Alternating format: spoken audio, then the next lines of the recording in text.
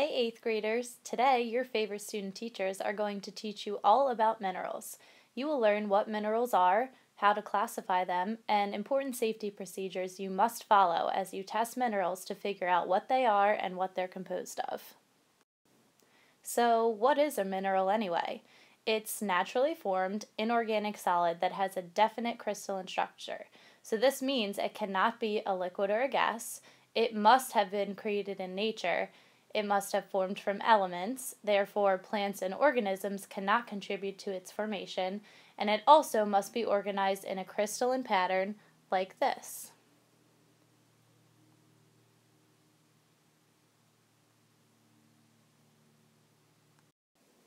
Minerals can be separated into two large groups.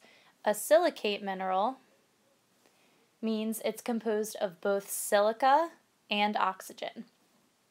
Quartz is an example of a silicate mineral, and it is one of the most abundant minerals on Earth. If you ever look close enough at beach sand, you can see that it has a glassy look to it. This is because it is mostly composed of quartz. If a mineral is not composed of silica and oxygen, they are classified as non-silicate. Gypsum is an example of a non-silicate mineral because it is not composed of sulfur and oxygen. We call these kinds of minerals sulfate minerals, and they are commonly used in toothpaste and shampoo.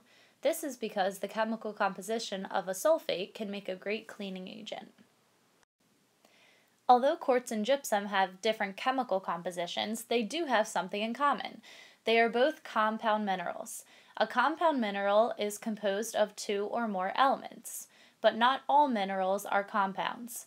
Minerals such as gold, silver, copper, diamond, and sulfur are composed of only one element.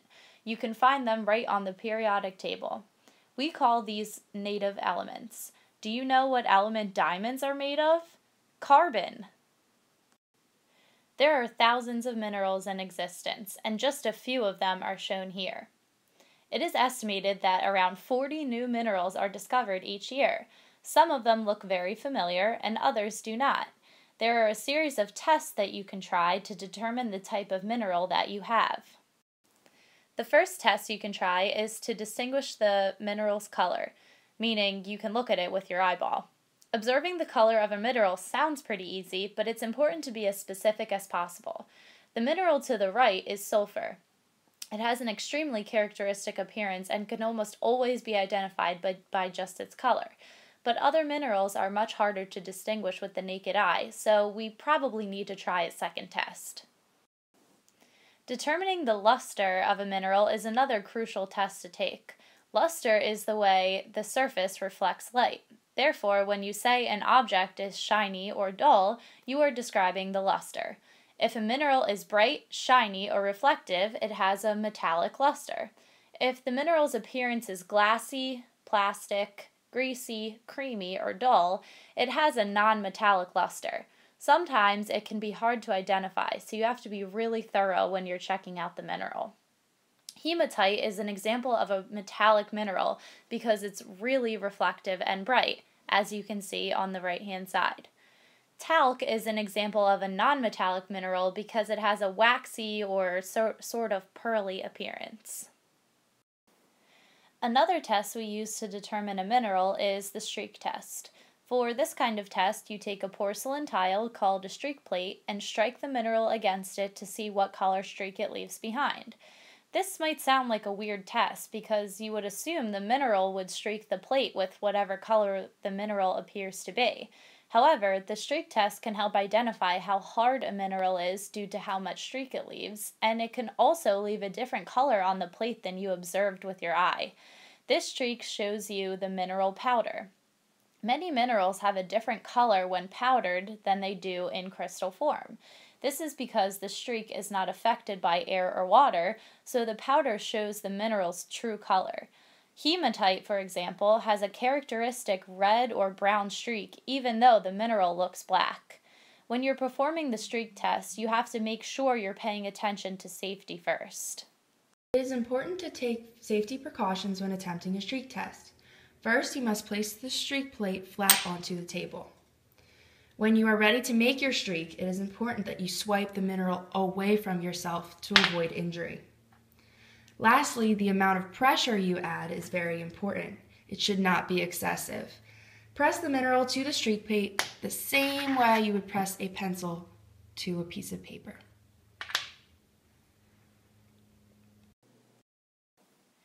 Determining the way the mineral breaks is another identification test. Earlier, we talked about how minerals have a defined crystal structure. Minerals that cleave will break along smooth or flat surfaces. Minerals that fracture will break unevenly along curved or irregular surfaces. This all depends on the chemical composition of the mineral and its crystalline structure. Quartz and obsidian fracture due to the way the elements have bonded when they formed the minerals.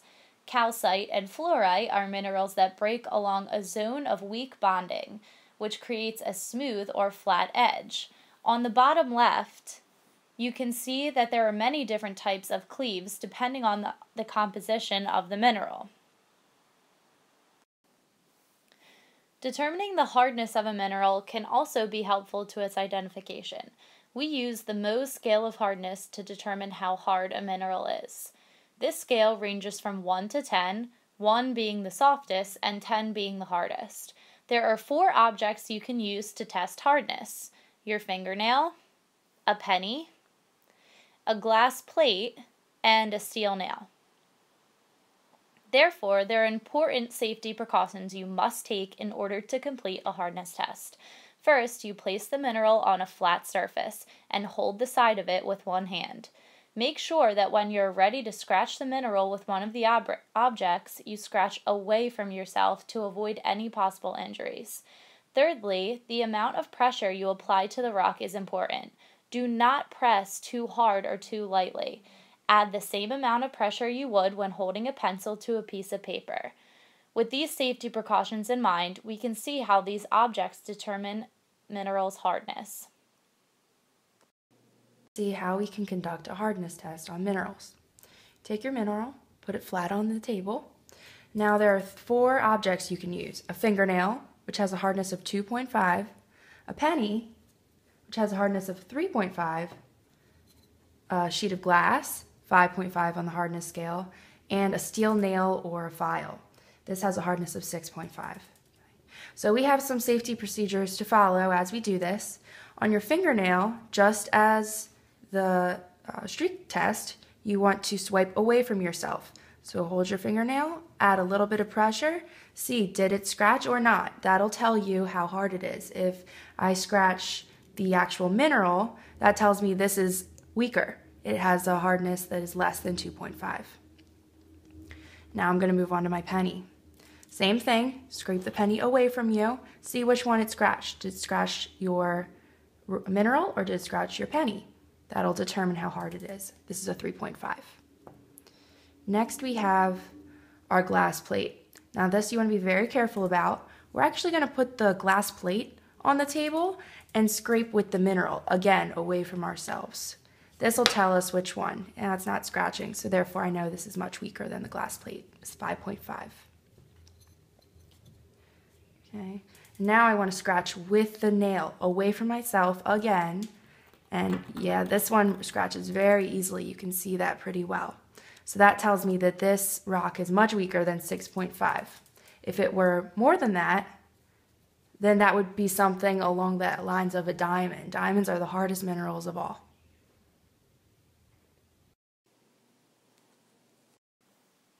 Different minerals have different densities. You learned in geology that continental crust is made of granitic material. Granite has a density of 2.75 grams per cubic centimeters. Oceanic crust is made of basaltic material. Basalt has a density of 3.0 grams per cubic centimeters. This is due to the minerals in both granite and basalt. We can find density by finding the mass and volume of a mineral and dividing the two numbers.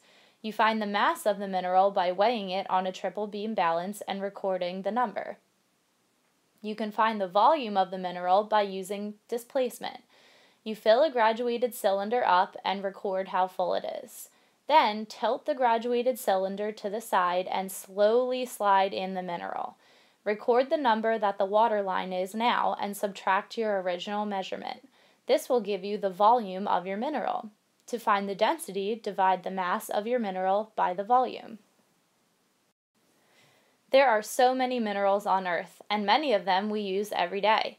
It can be difficult to determine a mineral just by looking at it, so using these tests will help you determine the name of the mineral and its composition.